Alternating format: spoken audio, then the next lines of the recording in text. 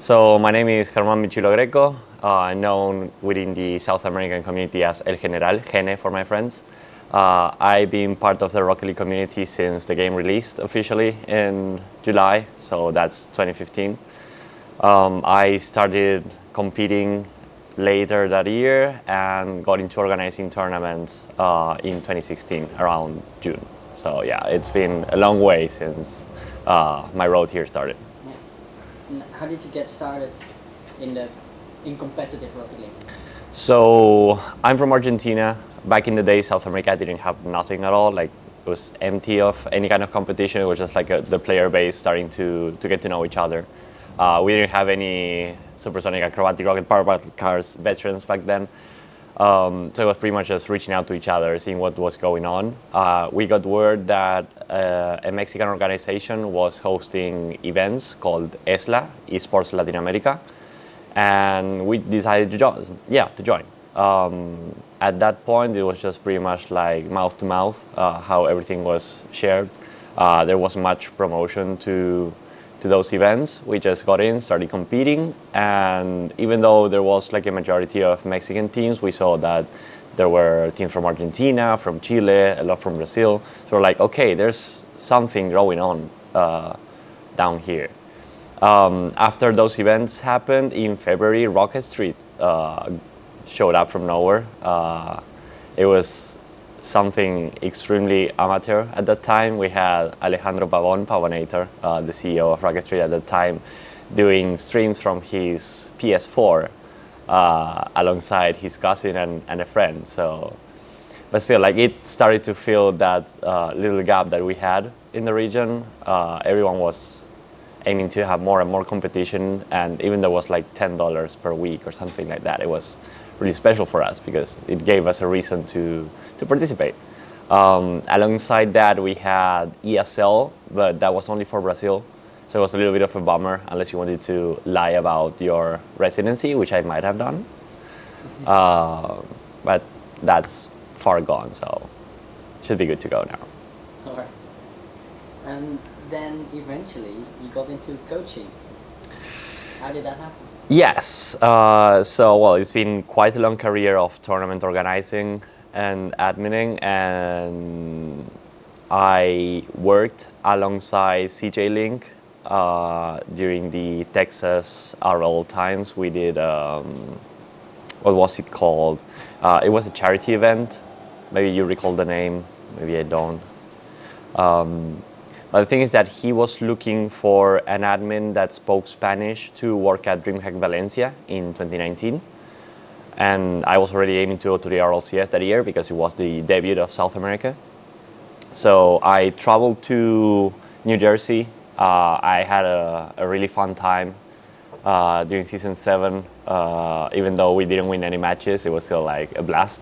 And in that event, we had Barca participating at the time with Alpha, Devo, and Bluey. And of course, the staff came to us because we were the only ones that spoke Spanish. So we started getting like into conversation, but nothing serious, which was like introductions.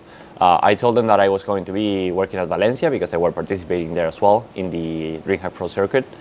And I was already planning as well to try and pitch in to work at DreamHack Montreal later in September. So we had Valencia in July, Montreal in September, and I had like a little bit of a 2-month gap after Valencia that I was expecting to spend in Europe doing a little bit of work and travel. So Valencia happened, Barca staff was there as well. I told them, yeah, I'm going to be around Europe. I was really hyped to visit Barcelona for the first time. Spending a week there doing some tourism, and I spent some time there. And when I was finishing my stay, one of the guys at Barca sends me a message on my WhatsApp, and they're like, "Hey, would you like to come to the office?" I'm like, "Okay, yeah, sure." I go there. They introduce me to a lot of people. Everything cool. I spend the day with them, and they tell me that night. They're like, hey, we want to offer you a job. Would you like to come to the Camp Nou tomorrow? Like tomorrow morning? They were like, yes, okay. I didn't have any tickets out of Barca, like that was my last night. So it was pretty much like, what am I going to do? I arrive at Camp Nou, was during the morning. I get received by the general manager at the time, Jordi Huarte, and two other important people from Esportia, which is the agency that manages Barca esports. And when they sit me down, they're like, okay, we want you to be the new coach and manager of the Rocket League team. And I look at them with this face. I'm like, but you guys know that I'm a tournament organizer. And they're like, yes, but we have seen how you work. We have checked your background. We see how responsible you are, your treatment with the players. I'm like, okay, yeah, sure. I didn't have any plans. Like, when I went away from home to the RLCS, I told my parents, like, best case scenario, I don't come home. Worst case, I'm back by October. And the best case scenario happened. I didn't get back home until later in 2020. So yeah, it was quite surprising for me. It was quite surprising for my family as well. Like telling them, hey, I'm going to work at FC Barcelona. And they're like, what? The presentation happened, everything was crazy. And it was like, yeah, living something that I was not expecting at all. Yeah, great. So you started off as, well, as a tournament organizer. What were you doing then? What was your job? Yes, so at that time I was the head administrator and the lead of tournament operations for Rocket Street. Everything that's admin teams, rule books, tournament operations as a whole, like brackets, platform, getting in touch with the community, with the players, making sure that the competition flows as it should. So yeah, like I had a lot of experience in the managing side of things, but of course, like coaching is something completely different. If I had to explain it in one word, I would say babysitting, but professionally. And is it something you like to do because you didn't know what you were getting yourself into? So I do enjoy helping people out. The thing is that I was not prepared for the amount of responsibility that this meant. It's not a job for the faint of heart. I got stressed out a lot of times. Roster changes are not good for me. I hate saying goodbye to people. So it was a nice experience. It's not something I would plan to do again. I mean, if someone comes and tells me, hey, you have 50K per month, perfect, sign me up. But no, it's something that was nice for one time, and that has given me a lot of work experience, a lot of knowledge. It has taught me a lot of things about the environment, because I'm like one of the few people that has been in all three spots of the competition, as a player, as a tournament organizer, as a coach. So it was a fun experience overall, ups and downs as always. The lowest of them was getting COVID happen, which meant we couldn't participate in RLCS Season 9, which we had qualified for. So that's one of my big regrets. I would have liked to play the clown on the stage. But I mean, something that happened for a reason. So yeah. All right. And now you're the regional manager for South America. Mm-hmm. How did you get into that? So it was pretty much, I was in Mexico. I went to live there for a couple of years after leaving Barca. And I get an email from ESL and from Murray, and they are like, hey, we are looking to reorganize our RLCS structure to make everything better, of course. And they sent me a message like, hey, we are looking for candidates for regional managers for every single region, and we think you are the best one for South America. And I was like, everything I was doing at the time was just Rocket Street, and Rocket Street was not doing the RLCS anymore because of this change. So like, hey, I need food, sign me up. And since then it has been an uphill road, but a really rewarding one. How everything has developed so far, South American teams getting imported into NA, new talent rising down here. So I would say that with these changes, everything has been for the best.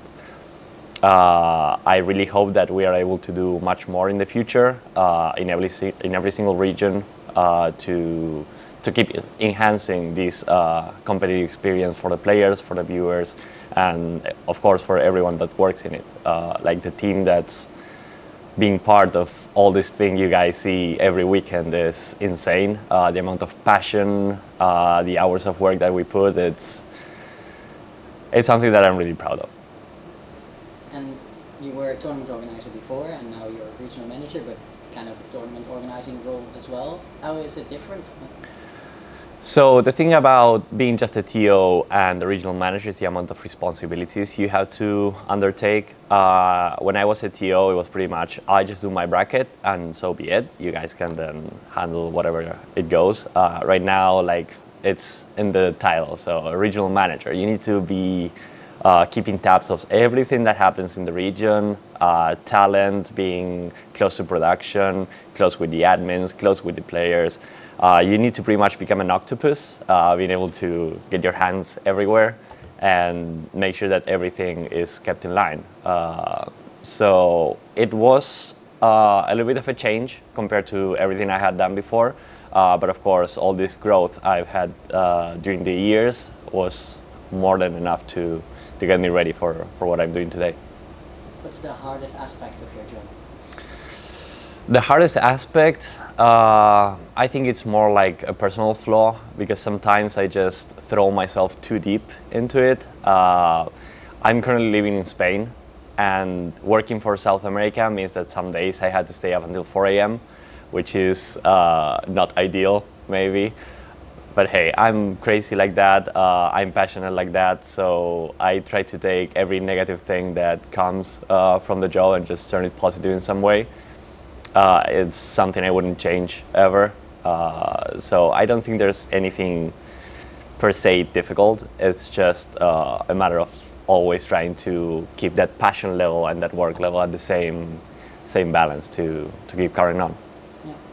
You keep the South American region under your wings. How do you see Sam now and in the future? So as I mentioned before, like, it's been growing a lot. With Furia's top 4 in Worlds last year. That was crazy. I was on stage with them. I'm really happy that the camera was not showing my face. I was told that I was shown on the Jumbotron, but that was not live. I just couldn't believe it. I was out of my mind. Of course, we can't really show any admin bias on stage. We need to be equal with everyone, which we are, which shows, of course, on the competitive integrity that the RLCS has. And since then, like, I've seen nothing but growth. Complexity went away, and they are stronger than they have ever been. Furia has set precedent for all the Brazilian players. They have become an icon of hope for them. And now we have NIP playing out of their minds. We have Crew with one of the most exponential growth I've seen in the community so far. Team Secret that is always coming up with those wacky styles to get into play that they have. It's truly a change of paradigm, I would say. South America is really getting in there. People like to call us a minor region. I don't think that's the case anymore. I'm sorry for OCE, but we are winning the battle. Yeah. So how do you see that rivalry with Sam, with OCE, and now maybe also with Mina? So the rivalry between Sam and OCE, we were on the bad side of things when Renegades was still a team. It's sad that they have left us without us ever being able to get some payback. But right now, I think OCE has a lot of potential. They have a lot of young players with some really good characteristics for the game. They just need to refocus, in my opinion. And I'm pretty sure that OCE will quickly get back to the level of South America. Mina, that's one thing we don't like to talk about. It's just, it goes beyond my mind how a region shows up from nothing and completely demolishes the international scene. Same with Falcons last season on the Spring Major. It was like when spring comes, then Mina starts showing up. That top 2 surprised everyone. Taking away like South American teams on their way.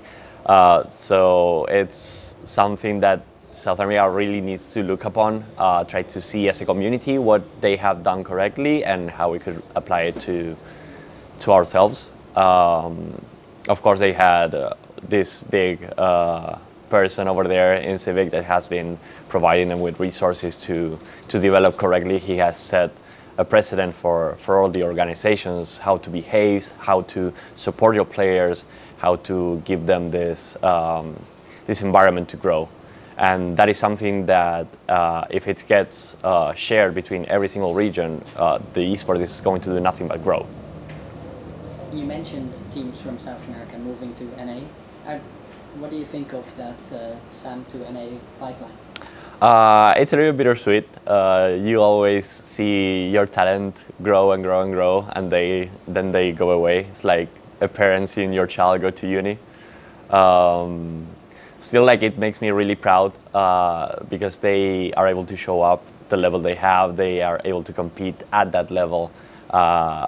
They are able to get this opportunity, like once in a lifetime, to go abroad and like expand your knowledge of the game, your skills, and also, like, why not spread the word? Hey, South America is coming for you. Do you still think the number of spots at a major for South America is still the right amount? Of course not. I have nothing in my power to change numbers, sadly.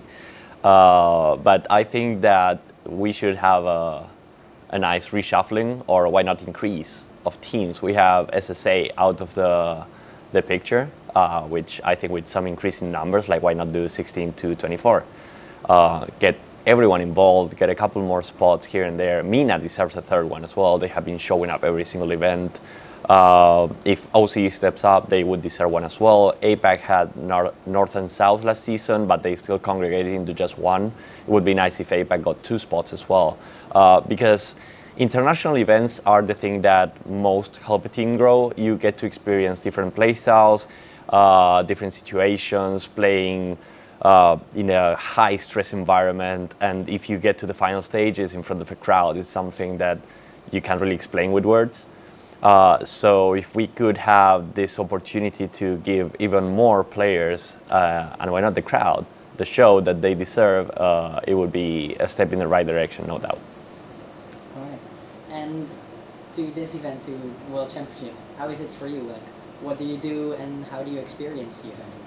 So in this World Championship, I'm working as a stage admin. We are in charge of providing players with the perfect environment to participate in, making sure that all their hardware and peripherals and screen and you name it is on top for the competition.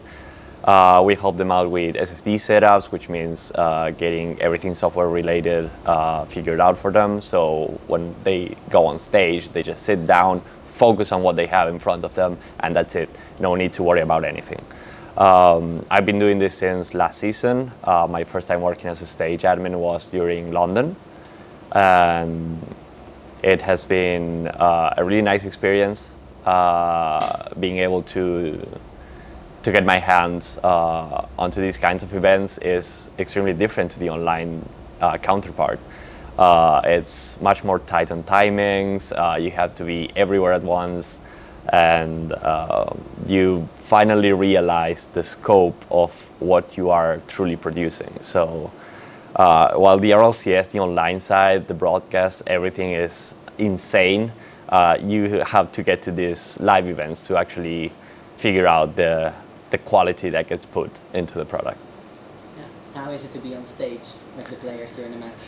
Being on stage with the players at first was a little bit stressful because it was my first time. So it was like, oh, what if something goes wrong? What am I going to do? But I was like, Herman, you've been doing this for ages. Just chill. And since then, it's been like a completely relaxed experience for me. We know that we have to be the peaceful image that the players and the coaches can look for whenever they have an issue. So it's it's pretty much just like, how would you say it? Yeah, being that Pacific thing out there. Like, they can reach out to you, you can solve their problems, you can make sure that they compete as they should, as they deserve, because they are getting to this stage and they deserve to be treated in a special way. Do you get to enjoy the crowd as well? Yes. So usually we try to use noise canceling headsets for the admins as well, because the sound levels on the stage get loud. London was crazy, and here with the KC and Vitality fans, it's getting very, very loud. My hearing would be gone for a while now if I hadn't had those headsets. But we can still make out everything.